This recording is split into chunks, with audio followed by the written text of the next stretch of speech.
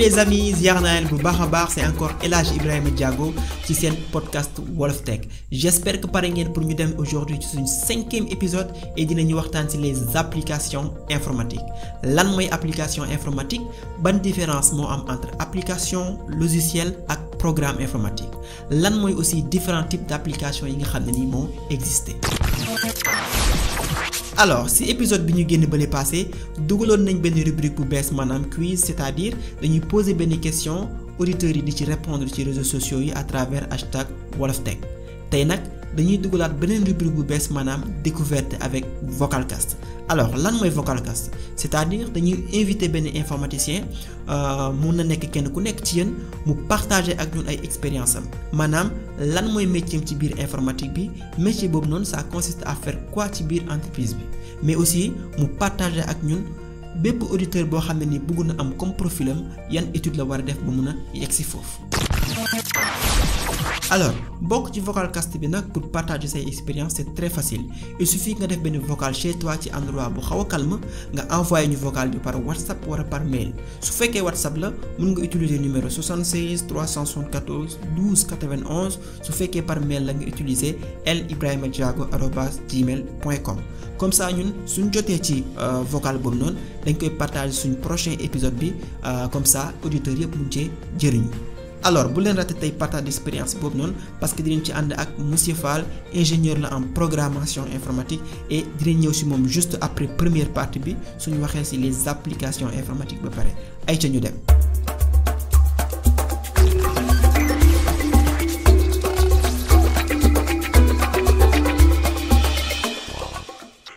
Alors suñu xoolee ci suñu épisode yi passé maanaam épisode 2. bi ñu doon wax c'est quoi un ordinateur maanaam lan mooy ordinateur amoon na ñaari mbir yu ñu waxoon c'est-à-dire premièrement dañoo waxoon ne ordinateur dafa am ñaari pàcc yu ko composé c'est-à-dire partie matérielle bi ak partie logicielle bi waxoon nañ aussi que ne bépp appareil boo xam ne ni dafa am processeur am aussi mémoire mën nañ ko regrouper ci famille ordinateur yi donc su boobaa da ngay gis ne téléphones yi maanaam smartphones yi mën nañ leen considérer comme ay ordinateur. Alors donc que mu nekk ordinateur wala mu nekk téléphone il faut que ñu xam que ne am na ñaari parties yooyu c'est-à-dire partie matérielle ak partie logicielle.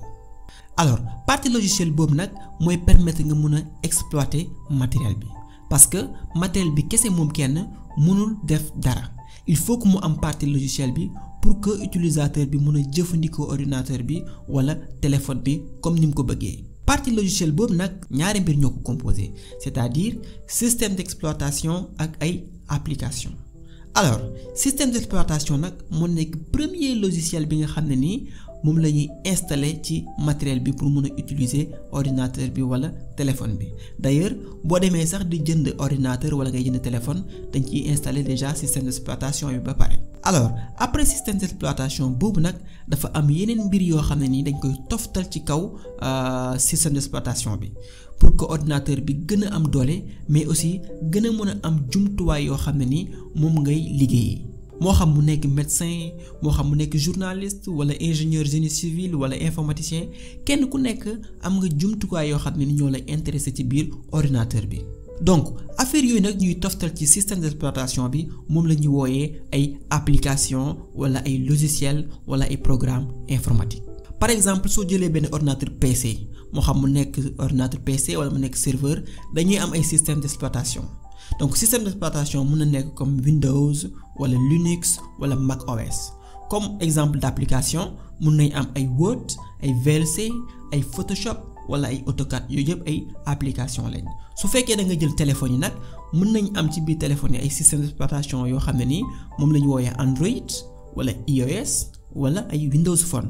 Mën nañ am ci téléphone yi aussi ay application yu ci mel ni WhatsApp, TikTok, Instagram, ainsi de suite donc bëri na ay application. Alors il faut que nag ñu éclaircir benn mbir avant ñuy continuer sànq wax nañ application wax nañ logiciel wax nañ programme informatique mais nag il faut que ñu xam lan mooy seen différence parce que d'habitude soo waxee application rek ñu bari dañuy foog ne mooy li ñuy installer ci téléphone yi soo ne logiciel mooy li ñuy installer ci ordinateur PC yi donc il faut que ñu xam nag lan mooy différence entre application logiciel ak programme informatique. ok dañuy commencer nag ak programme informatique nag boo xoolee ay opération la ay calcul la yoo xamante ni ordinateur bi moo ko war a exécuter maanaam moo ko war a doxal alors pour que ordinateur bi nag mën a doxal opération yooyu nag fokk am ku ko bind ak lim koy bindee kooku noonu nag di bind programme yooyu nag moom la ñuy woowee programmeur kàllaama bi nga xam ne nii moom lay jëfandikoo pour mën a bind opération yooyu moom la ñuy wax langage de programmation maintenant su bindee programme yooyu yëpp ba pare nag ensemble boobu nag moom la ñuy woowee programme source léegi nag programme source boobu nag dañ koy sóob maanaam dañ koy compiler ba pare mu jox lañu lu ñuy wax programme binaire parce que programme binaire boobu nag moom la matériel bi mën a comprendre plus précisément processeur bi parce que ay 0 la ak ay 1 c'est-à-dire ay courant alternatif ak yu demee noonu su boobaa nag dootuñu waxati langage de programmation mais dañuy wax langage machine parce que langage boobu nag la matériel bi comprendre donc loolu mooy programme informatique ñu dem ci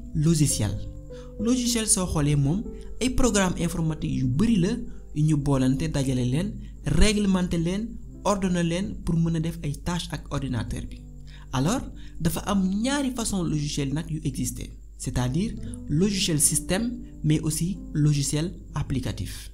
logiciel système moo nekk ay programme informatique yi nga xamante ni ñoom ñoo gën a jege matériel bi mën nañ ci citer par exemple système d'exploitation parce que sans système d'exploitation bi matériel bi du dox dara du marcher mën nañ citer aussi les pilotes ak ay langage de programmation yi donc logiciel yooyu nag ñoom ñoo nekk intermédiaire entre matériel bi ak logiciel applicatif yi mais lan mooy logiciel applicatif alors c'est très simple logiciel applicatif nag mooy yeneen logiciel yépp yi nga xamante ni dañ koy jëfandikoo chaque jour soit suñuy liggéey wala suñuy communiquer wala suñuy jouer wala sax ñuy déglu musique wala seetaan ay vidéo donc logiciel applicatif yooyu moom la utilisateur yi di gën a jëfandikoo parce que moom moo gën a compréhensible nit ki mën na ko manipuler facilement alors que logiciel système yi par exemple comme pilote yi moom da nga koy installer benn yoon après c'est fini système d'exploitation bi moom moo koy utiliser boppam pour mën la permettre yow utilisateur bi nga mën a jëfandikoo matériel yi yu ci mel ni webcam yi ak imprimante yi alors donc wax nañ lan mooy programme informatique wax nañ lan mooy logiciel ñu dem maintenant ci application yi lan mooy application boo xoolee moom moo ëmb lépp ay programme la ay logiciel la yu ñu boolante pour réaliser ay tâches maintenant lu tax application bu njëkk soo xoolee programme yépp ay logiciel lañ leen doon woowee mais bi nga xamante ni technologie mu ngi avancé bañ dem ba mën a installer ay logiciel ci ay téléphone ci ay tablettes même aussi ci ay télévision si leen choisir mot application pour gën a yaatal mais aussi pour regrouper leen ci ay types yu bari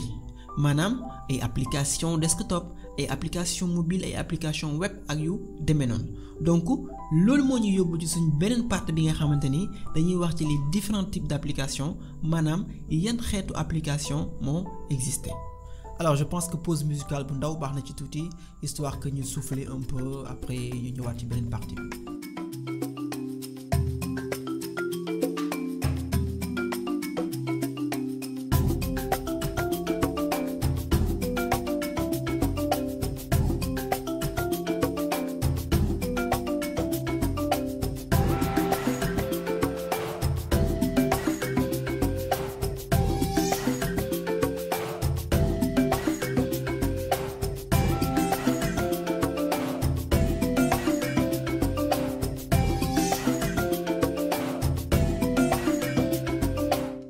franchement musique bi moom dama ko bëgg trop parce que musique bu am solo la da lay génneel ay sonorités yu bari ci àllu Afrique bi tu vois voilà boo ko dégloo da ngay xam ne franchement nous sommes en Afrique quoi voilà c'est une musique que j'adore voilà moo tax ma partager ko ak yéen alors ñu continuer suñ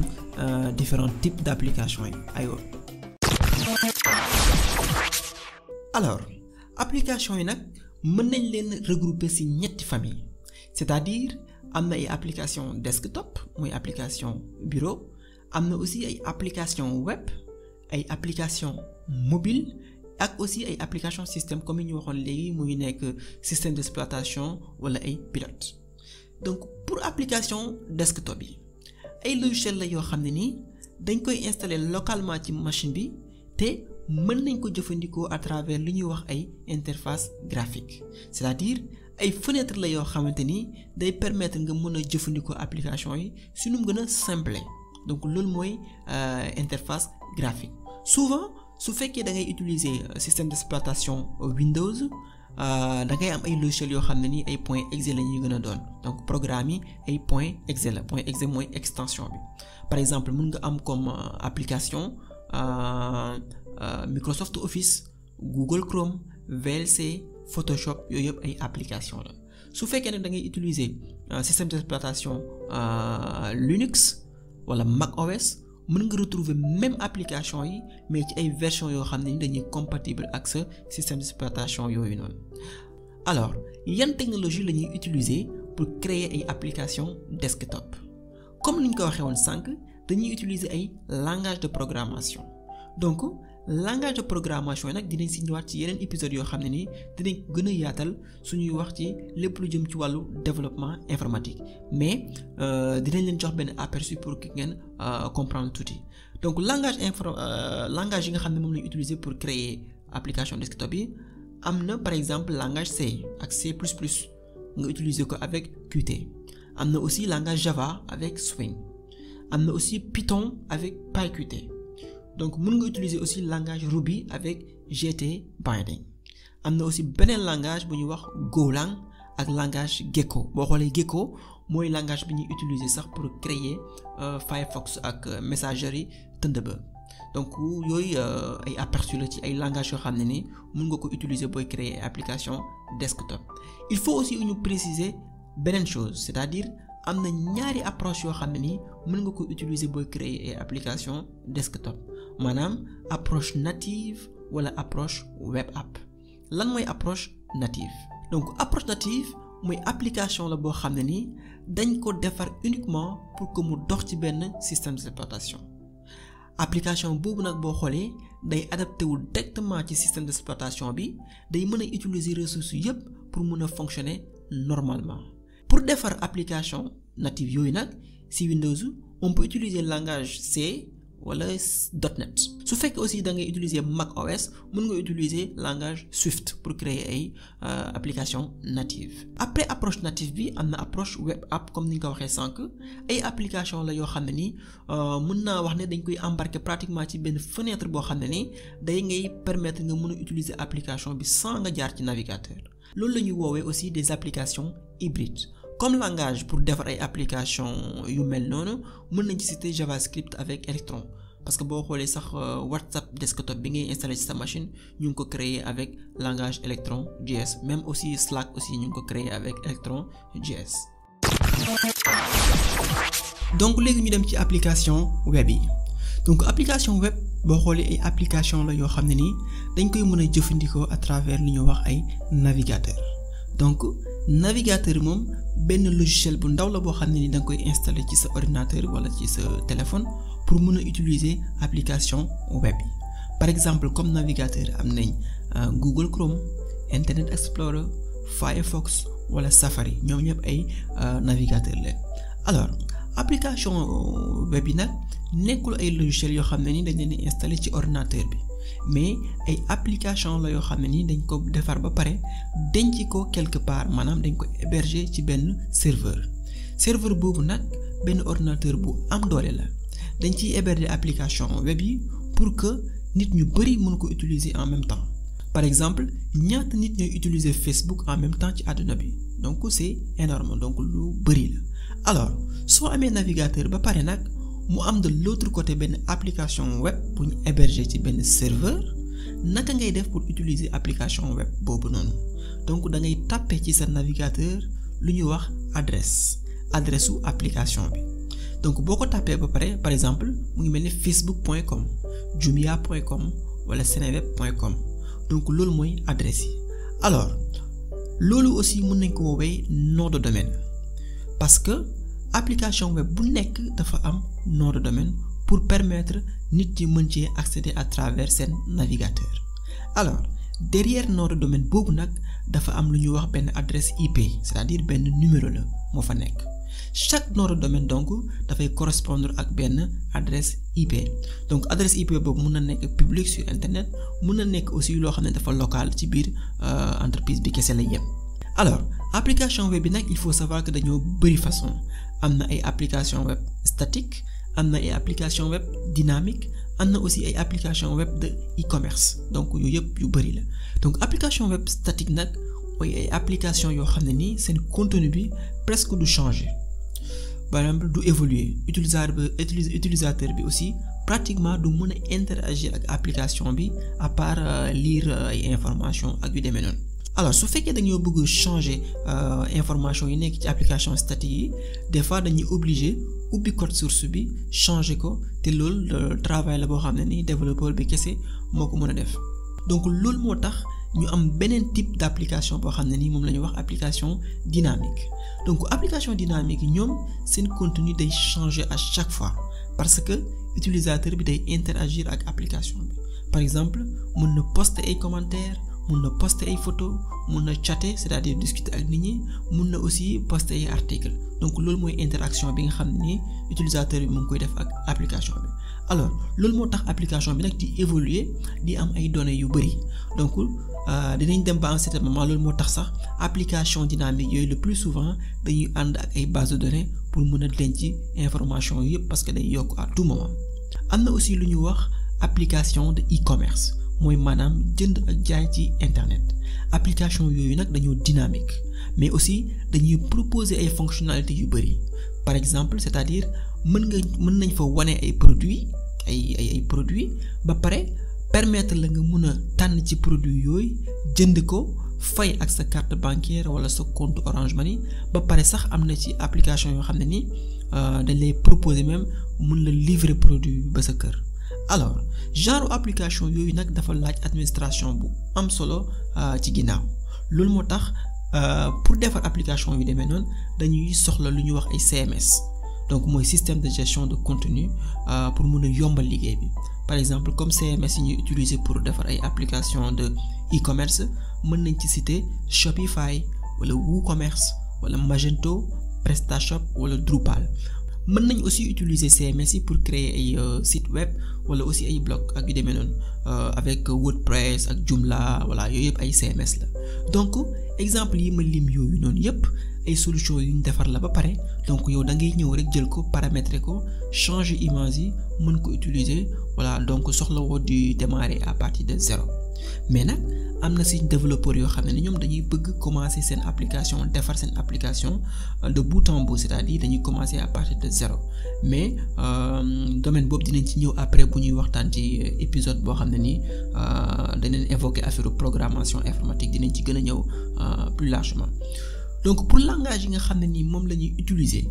pour defar application web yooyu mën nañ ci citer premièrement HTML CSS ak JavaScript am na aussi PHP ak Java en utilisant JDE am na Python booy utiliser langage Python da ngay utiliser lu ñuy wax benn framework Django wala Flask ak yu demee noonu alors wax nañu ci les applications desktop wax nañu ci les applications web léegi dañuy attaquer beneen bi nga xam ne mooy les applications mobiles alors léegi ñu wax ci application mobile yi application mobile nag boo xoolee ay logiciel la yoo xamante ni dañ ko defar pour mu mën a dox ci ay téléphone mais pas n'importe quel téléphone day dox ci téléphone ñuy wax ay smartphone maanaam ay téléphone intelligent la yoo xam ne ni dafa am écran tactile am mën a jël ay photo mën a am système d'exploitation boo xam ne ni aussi day permettre application yooyu maanaam logiciel yooyu mën cee dox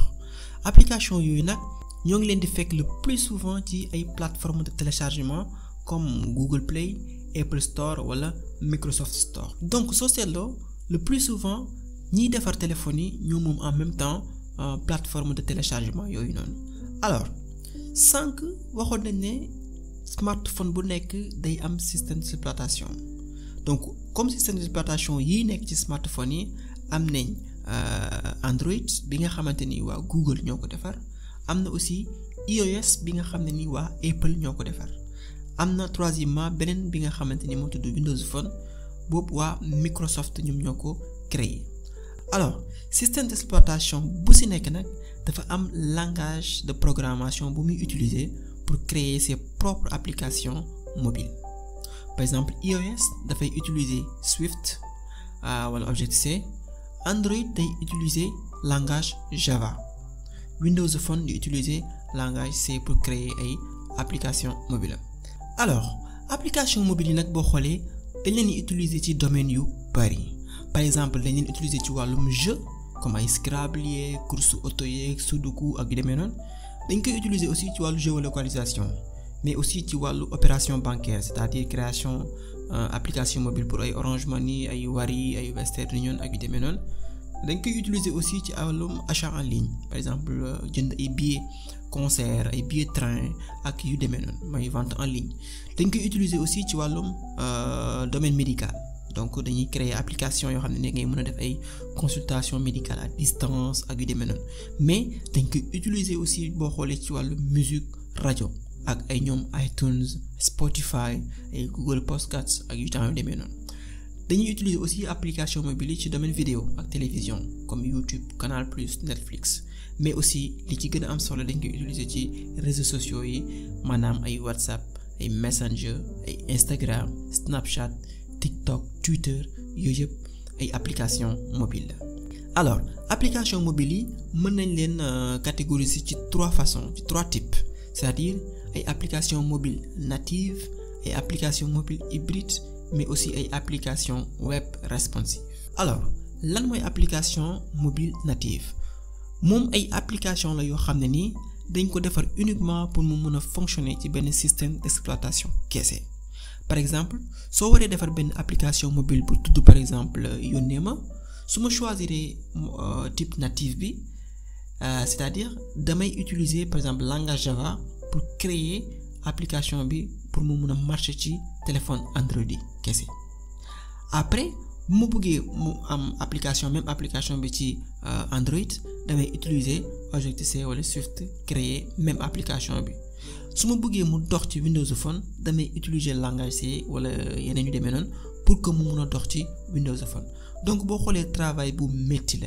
mais aussi am na ay avantages parce que application native yi d'habitude ñoo gën a gaaw en termes de performance ñoo gën a fluide mais ñoo gën a mën a utiliser aussi ressources su téléphone bi yépp maanaam caméra yi capteurs yi Bluetooth yi ak yu demee noonu alors comme créer à chaque fois même application bi ci pour mu mën a marcher ci benn plateforme dafa métti mu am beneen type d'application mobile bu ñu wax application mobile hybride lan mooy application mobile hybride c'est-à-dire benn yoon ngay créer application bi après générer yeneen version yi automatiquement c'est-à-dire yeneen version yi dox ci yeneen système d'exploitation yi maanaam Android iOS wala Windows Phone donc benn yoon ngay créer application bi yeneen version yi nga générer ko donc application mobile yooyu nag soo koy defar pratiquement da ngay utiliser technologie web yi c'est-à-dire HTML CSS JavaScript ak genre de noonu ngay gën a utiliser alors pour yombal liggéey boobu nag dañuy utiliser lu ñuy wax ay framework yooyu nag mën nañ ci citer comme Ionic comme Flutter mën nañ utiliser React Native wala ay Cordova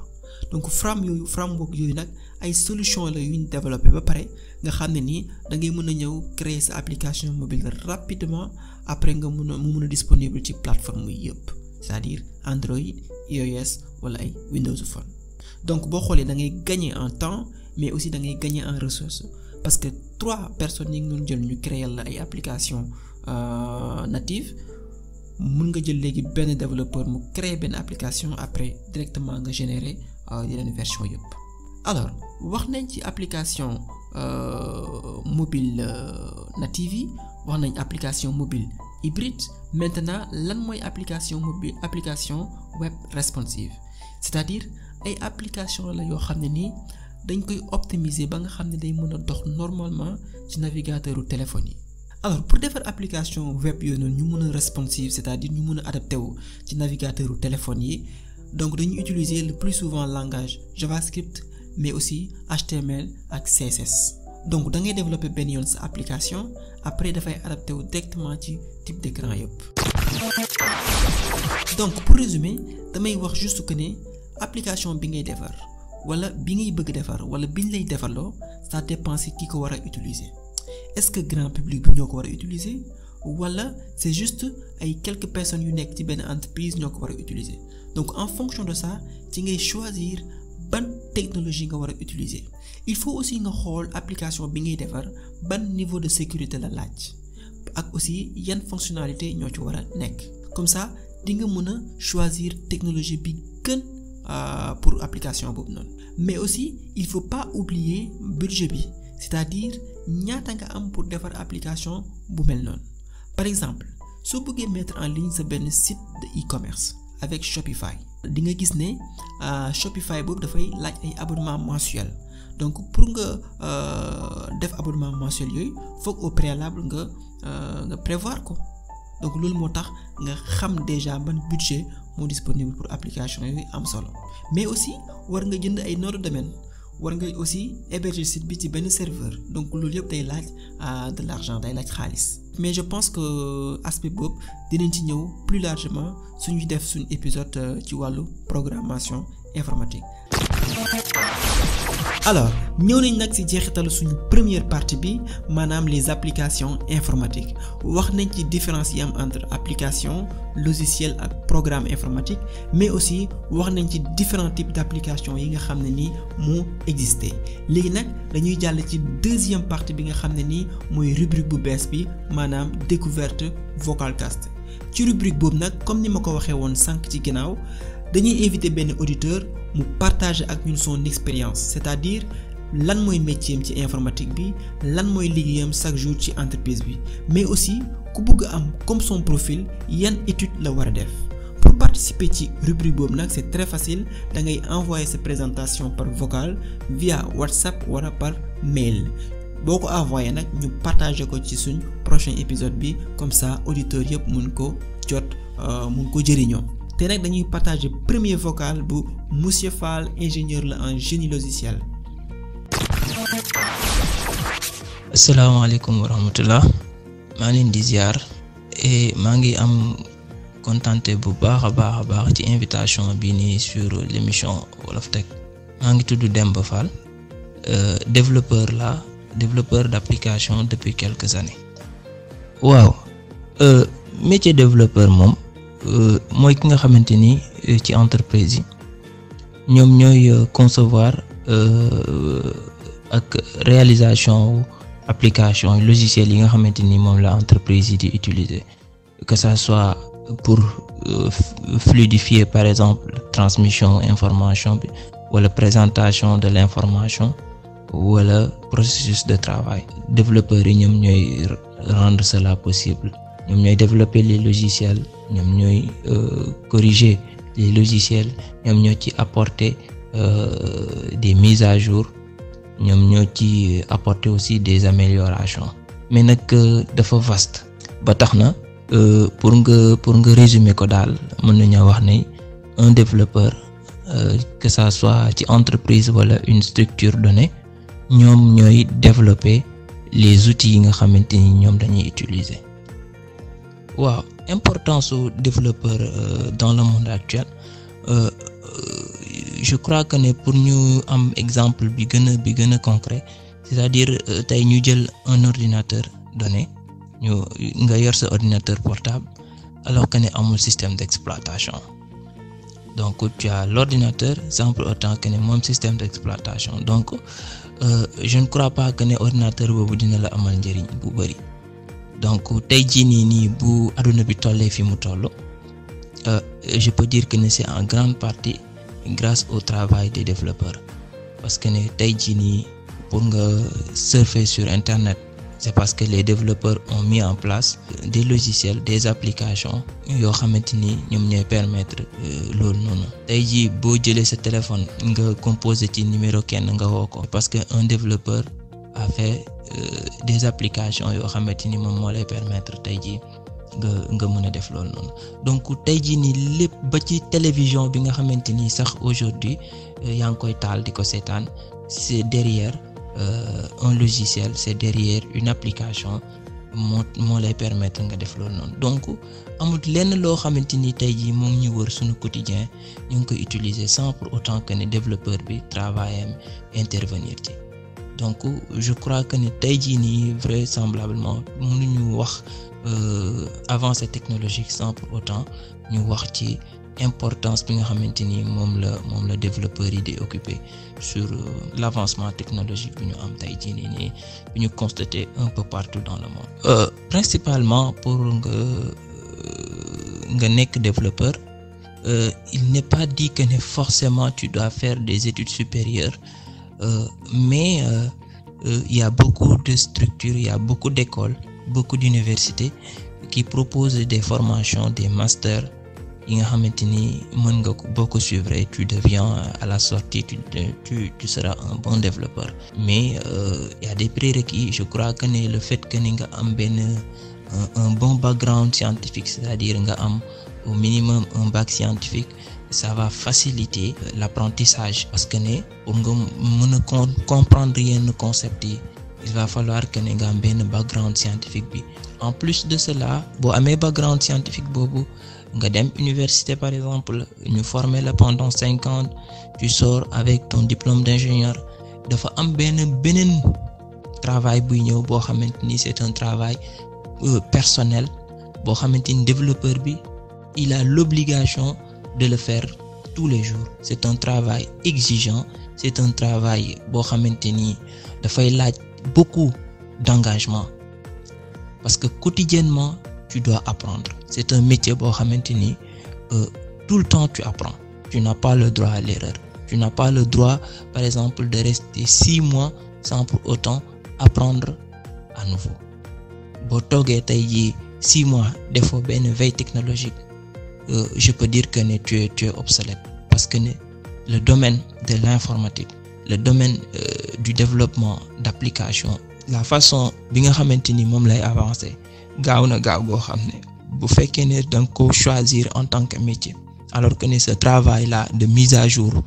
yow doo ko def, je peux dire que ne facilement tu seras dépassé. Et je crois que ne c'est le métier le plus exigeant au monde, et c'est le métier le plus gratifiant aussi, parce que le fait de donner vie à quelque chose, à une idée qui peut changer la vie de l'humanité, qui peut changer aussi le quotidien des milliards d'individus. Je crois que l'humanité n'a pas connu une révolution aussi grande que cela. J'aurais bien aimé que sunu gouvernants yi def ci des programmes, inciter les jeunes à s'investir, inciter les jeunes à devenir très bons dans ce domaine-là, parce que en dépit de l'aspect cool de la chose, de mettre en place des applications, et c'est un travail aussi, c'est un travail qui nourrit son nom, même si en Afrique c'est un peu difficile parfois, mais néanmoins les gens arrivent à vivre de cela, et c'est un métier vraiment cool. Alors ñoo leen ci jeexitalu suñu épisode tey bi, mais avant ñuy terminer dañuy remercier ñëpp ñi nga xam ne ñu ngi soutenir ci Twitter, Instagram, Facebook ak réseaux sociaux yëpp. ñu ngi leen di remercier bu baax et di leen jox dox daje ci beneen semaine inch'Allah ci beneen épisode. Allez, ciao, merci.